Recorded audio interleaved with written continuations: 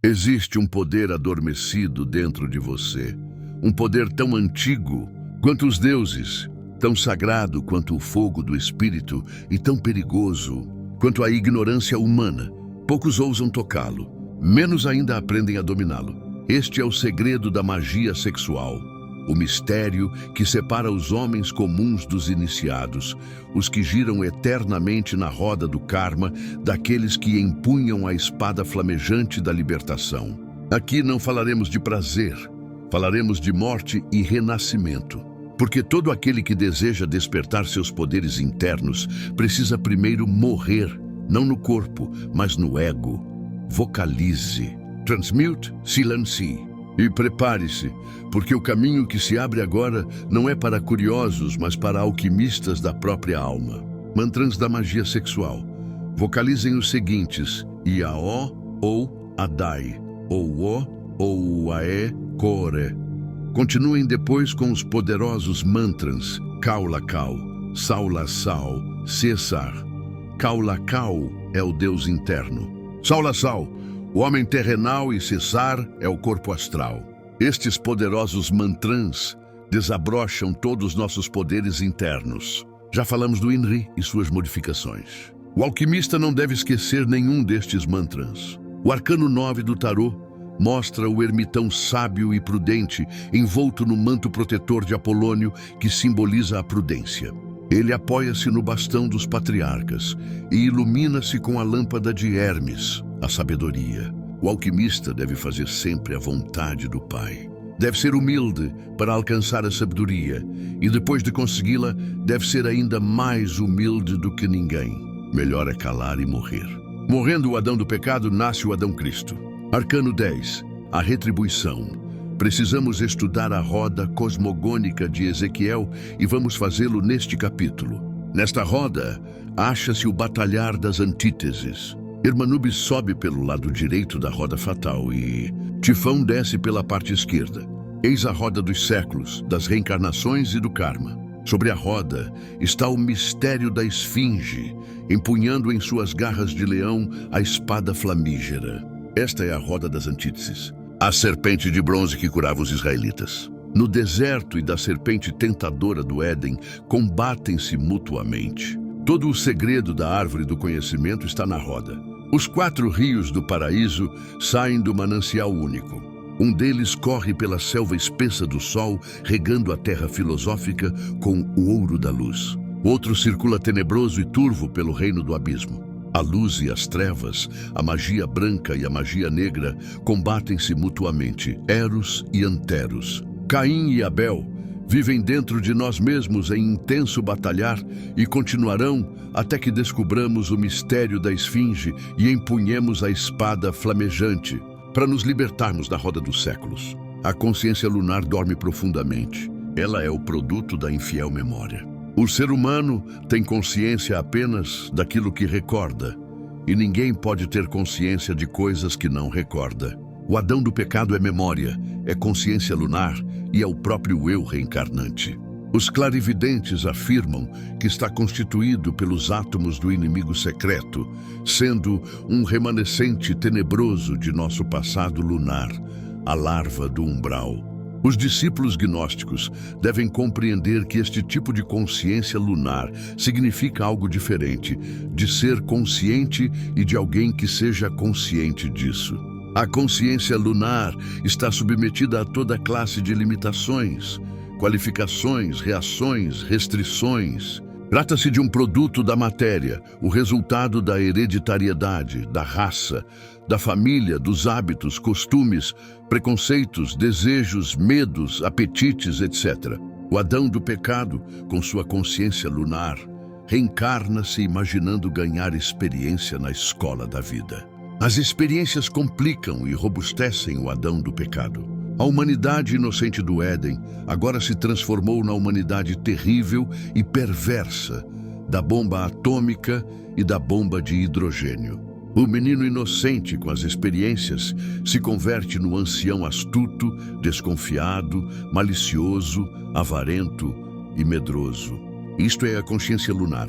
O diabo é diabo e não se aperfeiçoa jamais. A grande mestra H.P. Blavatsky disse: fortalece a tua alma contra as armadilhas do eu e fala merecedora do nome alma diamante. Existem mudanças na consciência e mudanças de consciência. Todo desenvolvimento da consciência provoca mudanças nela. As mudanças na consciência são superficiais e inúteis. Necessitamos uma mudança de consciência. Quando dissolvemos a consciência lunar, nasce em nós a consciência solar. O Adão do pecado precisa morrer para que nasça em nós o Adão Cristo. Quando libertamos a matéria eletrônica solar encerrada, nos átomos seminais, empunhamos a espada flamígera. Perseu desce a forja acesa de Vulcano para decapitar o Adão do pecado, a Medusa, com sua espada flamejante. João Batista é decapitado e Cristo crucificado para salvar o mundo. O degolamentor dos meninos inocentes, os iniciados, é repetição da iniciação. Então nasce em nós a consciência solar, a qual contém em si mesma o conhecedor, o conhecimento e a coisa conhecida. 3 em 1 e 1 em 3. A consciência solar é onipresente e onipenetrante. Ela liberta o ser humano da roda fatal dos séculos. Ciclos sexuais. Urano é a 8ª de Vênus e governa as fases masculinas e femininas do sexo.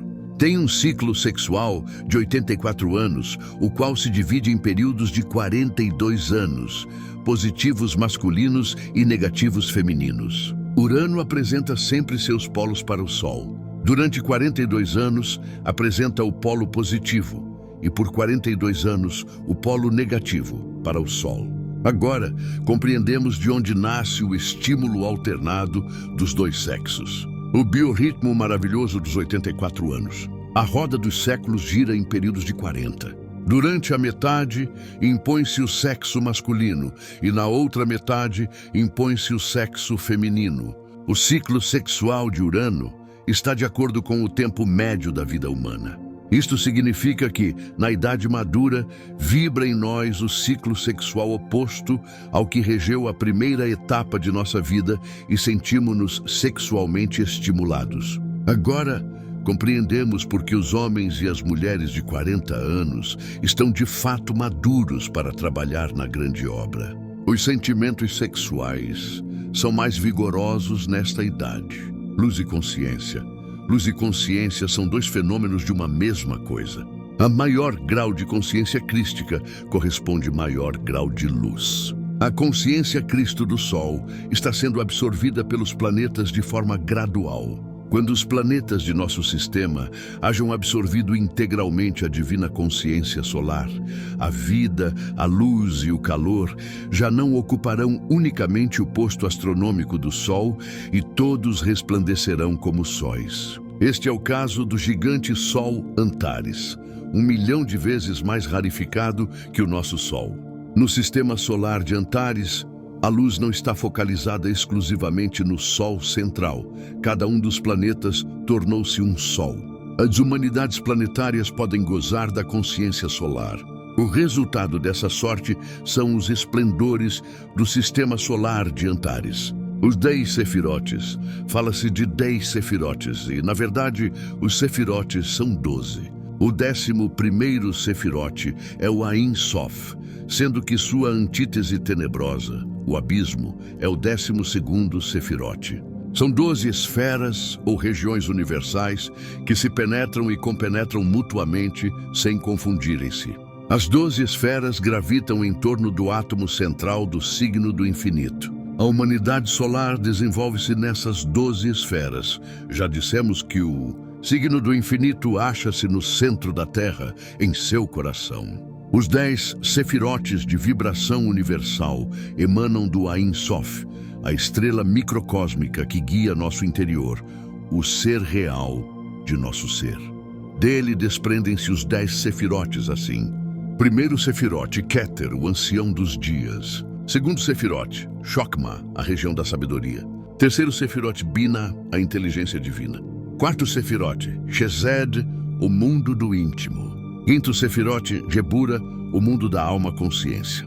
A região do rigor e da justiça. Sexto sefirote, Tiperet, o mundo causal, a região da vontade, do equilíbrio e da beleza. Sétimo Sefirote, Netzach, o mundo do homem mental, a região da vitória.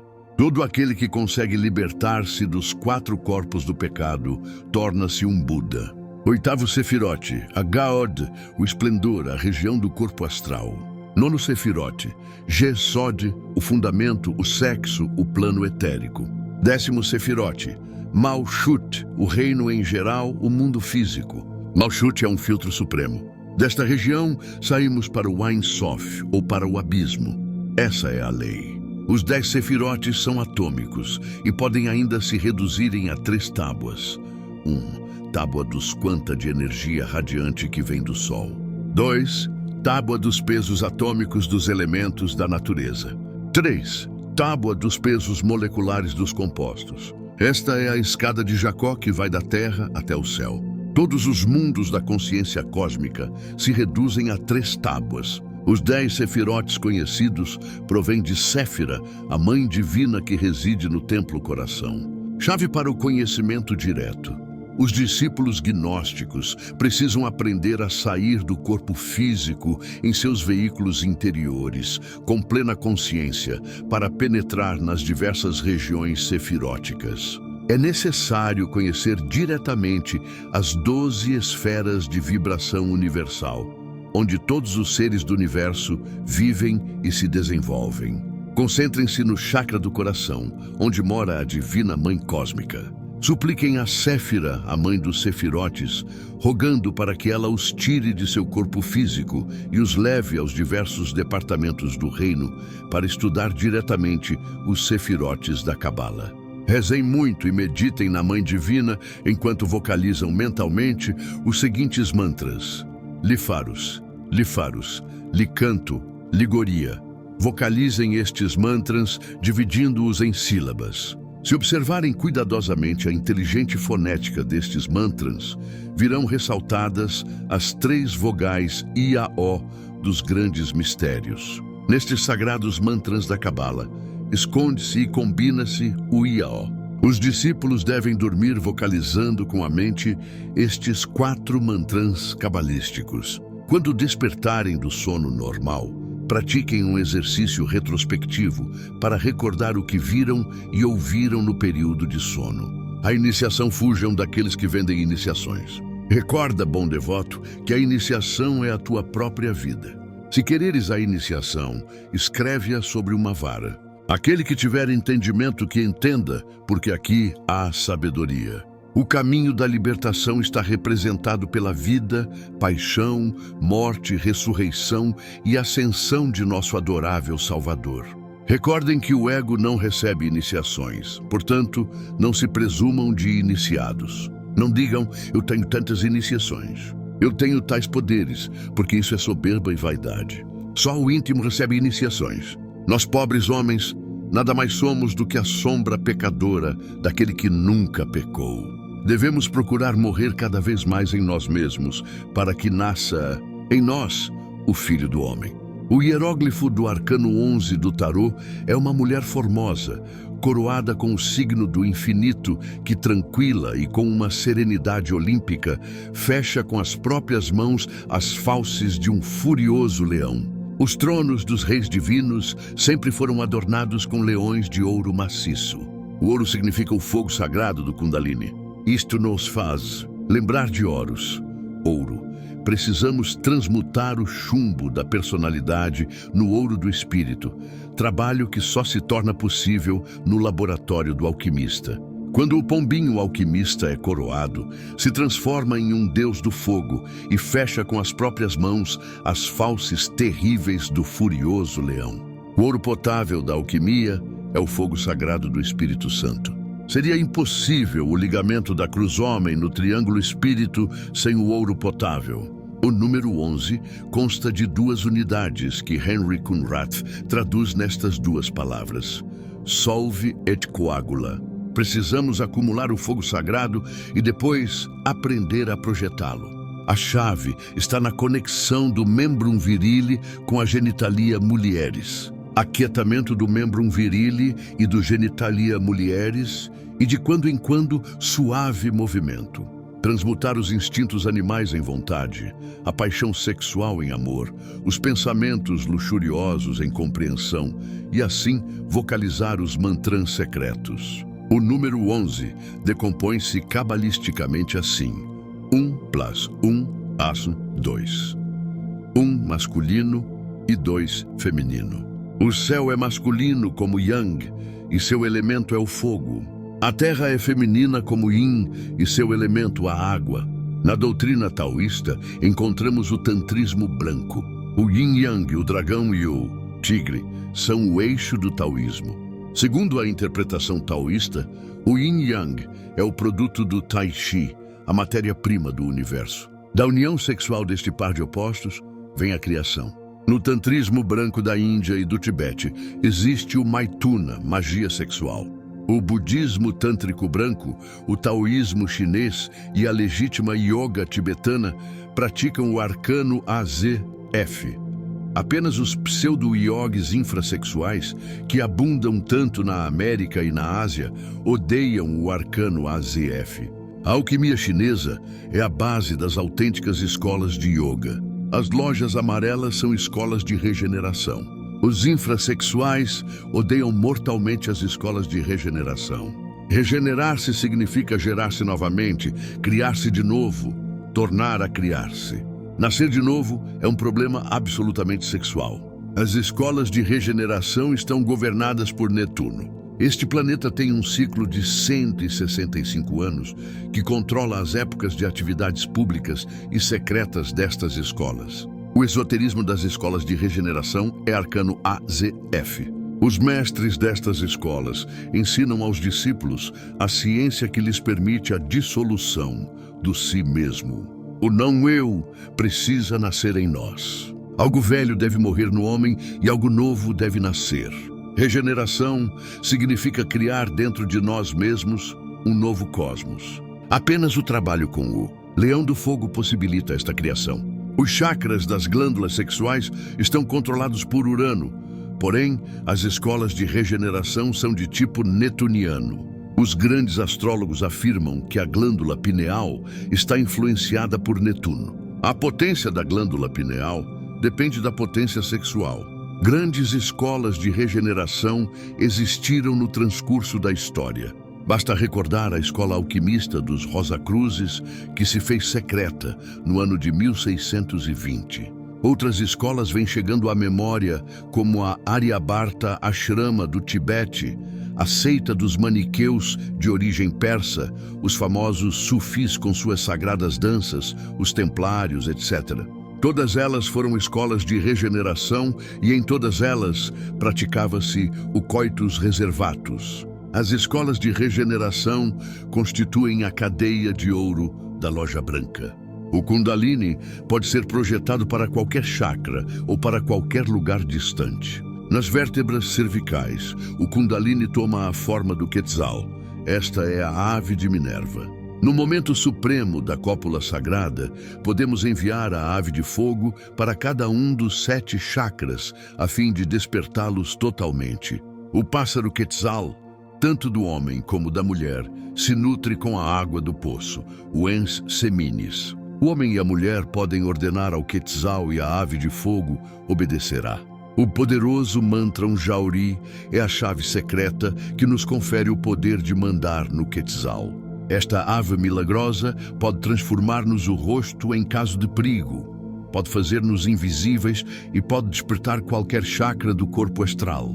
Ela pode também curar um enfermo distante, imaginação. Existem 2 tipos de imaginação: imaginação mecânica, fantasia, imaginação consciente, clarividência. Os estudantes gnósticos precisam aprender a utilizar a imaginação consciente. Eis uma prática muito boa, Shun. Sentado em uma confortável poltrona ou deitado em decúbito dorsal, o discípulo deve aquietar sua mente e suas emoções. Zosta, imagine agora, flutuando sobre a sua cabeça, o Quetzal maravilhoso. 3D vocalize mentalmente o mantra de poder Pro-Ewa. Com este mantra, atrairá para sua imaginação a imagem divina do Quetzal, esplêndida ave de formoso penacho e grande cauda. O discípulo deve se familiarizar com essa ave e aprender a manejá-la, pois com ela despertará seus poderes internos. O mantra Pro-Weoa, tão usado pelas escolas da grande cadeia de ouro, permite-nos trazer para a imaginação consciente qualquer imagem das dimensões superiores e vemos clarividentemente. O alquimista deve utilizar este mantra durante o transe da magia sexual para ver o Quetzal. A tradição chinesa fala dos 10 troncos, Shikan, e dos 12 galhos, que vêm a ser os 10 sefirotes e as 12 faculdades do ser humano. Os 7 chakras e os 5 sentidos são as 12 faculdades. O universo saiu do Royalton chinês, o caos primordial.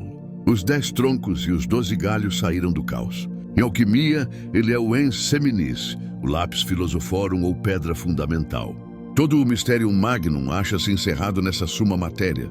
O alquimista deve extrair deste menstruum universal o ouro potável para conseguir o ligamento da cruz com o triângulo. Antes deste ligamento, não temos existência real.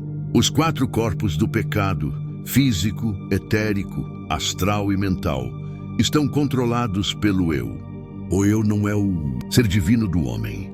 Realmente, o eu é uma soma total de eus sucessivos. João guloso, João embriagado, João intelectual, João religioso, João conquistador amoroso, João jovem, João velho, João maduro, João negociante, são uma sucessão de eus, uma sucessão de fantasmas que estão condenados à morte, inevitavelmente. O eu não constitui o todo do homem. João brigou na cantina, João tornou-se religioso, João tornou-se bandido. É uma dança de muitos Joões. Qual o verdadeiro? Enquanto não escaparmos da multiplicidade de todos estes eus enganadores, nem podemos assegurar que temos existência real. O homem ainda não encarnou sua alma imortal, seu divino ser. Deste ponto de vista, podemos assegurar que o homem não tem existência real ainda. O aniquilamento de todos esses falsos e mal chamados centros de consciência só é possível com a negação de nós mesmos. Assombram-nos ao ver tantos estudantes de ocultismo intitulando-se com belos e sonoros nomes e vestindo-se com túnicas de grandes mestres, quando ainda nem sequer têm existência real. É necessário aniquilar o eu para adquirir existência real. Desejas beber? Não bebas. Desejas fumar? Não fumes. Ferem-te na face direita, ofereças à esquerda. A suprema negação do mim mesmo acha-se no coito. Não ejacular o Ens Seminis, negar-se no momento supremo, é absoluto sacrifício do eu, e o resultado de semelhante negação de nós mesmos é o despertar do Kundalini. O fogo queima as escórias do mal e dissolve o eu totalmente. O fogo é o ouro potável, a grande obra. A grande obra está representada pelo arcano 12 do tarô. Nesta carta vemos um homem dependurado por um pé. As mãos dele estão atadas nas costas, de modo que seu corpo forma um triângulo com a ponta para baixo e suas pernas, uma cruz por cima do triângulo. Todo o trabalho tem por objetivo adquirir alma, quer dizer, alcançar o ligamento da cruz com o triângulo. Esta é a grande obra. A 12ª carta do tarô é a alquimia sexual.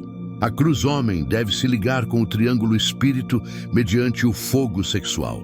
Segundo os chineses, o deus Fu-Ri, o Adão Cristo, nasce à meia-noite no dia 4 da 10ª lua e aos 12 anos precisos. A Virgem Roace, passeando pela margem do rio, o licor seminal, concebe em seu ventre ao Cristo quando põe seu pé sobre a pegada do grande homem.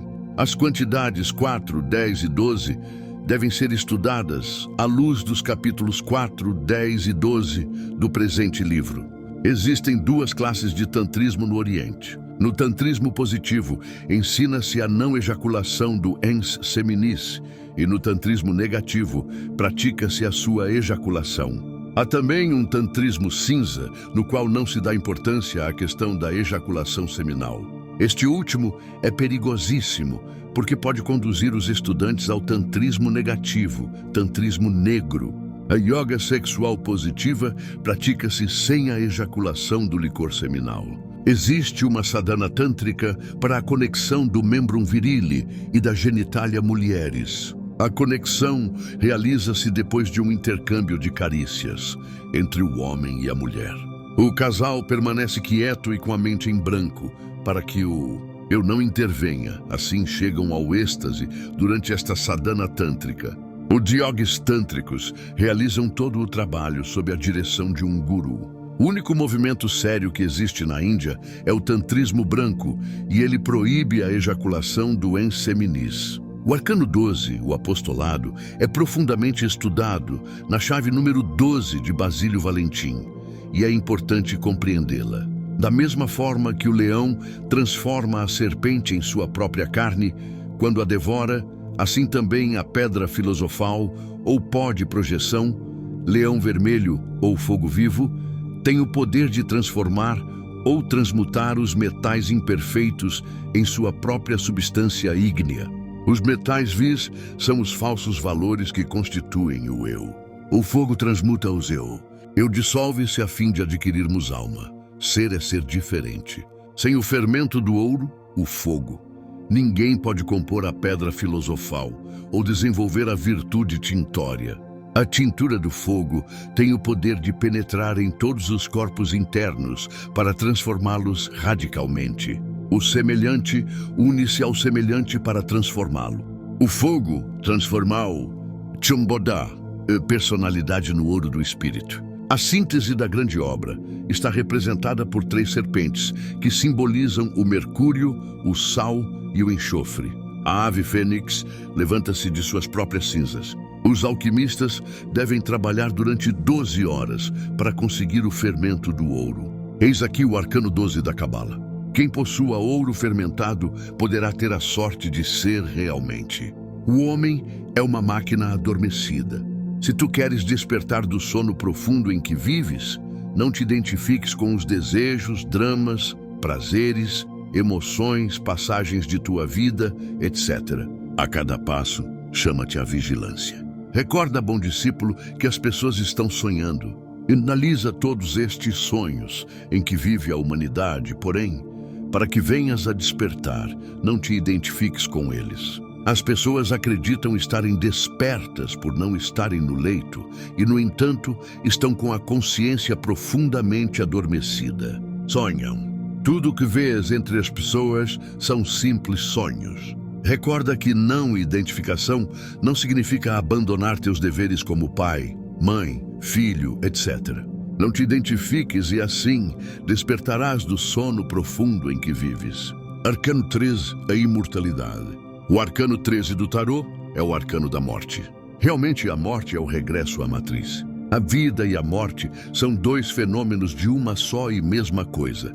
A morte é o resto de uma operação com números inteiros. Fim da operação, ficam apenas os valores da consciência, os quais, vistos com a clarividência, parecem legião de fantasmas que continua. A reencarnação destes valores corresponde à mecânica da natureza. Verdadeiramente a alma não se reencarna, porque o homem ainda não encarnou sua alma. Somente os valores reencarnam-se, embrião de alma. O homem possui apenas um embrião de alma. Este embrião pode desenvolver-se e robustecer-se com a magia sexual.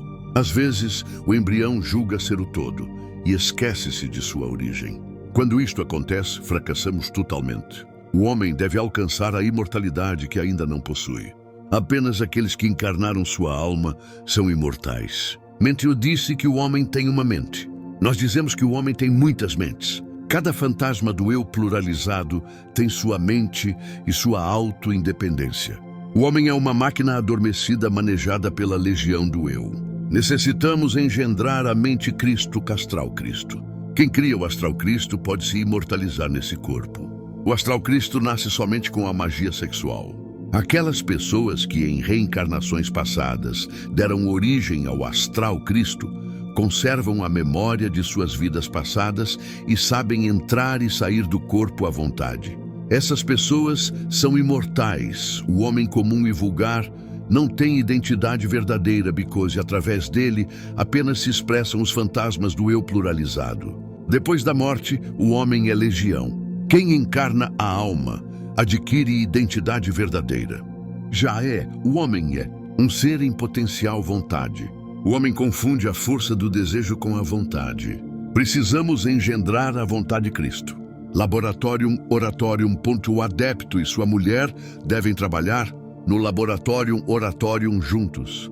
Na câmara nupcial, o rei e a rainha realizam suas combinações alquimistas e fora da câmara real, os corvos da putrefação devoram o sol e a lua. Em uma tumba de vidro apodrecem os corpos do pecado. A tumba de vidro é o vaso da alquimia. As almas levantam voo. Um corpo hermafrodita, sol e lua, vem à vida com a influência celestial do orvalho. O corpo hermafrodita representa os veículos crísticos internos que foram criados com a magia do sexo. Todos os veículos crísticos se penetram e se compenetram sem se confundirem. Quando o homem possui estes veículos, encarna a sua alma. Ninguém, nenhum homem, é verdadeiramente homem enquanto não possuir a estes corpos crísticos. Lembre-se, o maior segredo nunca esteve fora de você. A roda dos séculos continua girando para os que dormem, mas para o alquimista desperto existe uma saída. Entre a consciência lunar que repete o passado e a consciência solar que liberta o ser, existe uma escolha. No próximo vídeo, você vai compreender como sair da roda do karma, despertar a consciência solar e empunhar, de forma consciente, a espada flamejante que dissolve o eu. Não é teoria, é prática viva. Se você sentiu que este chamado não é comum, então este conteúdo é para você. Siga este perfil agora para não perder o próximo vídeo.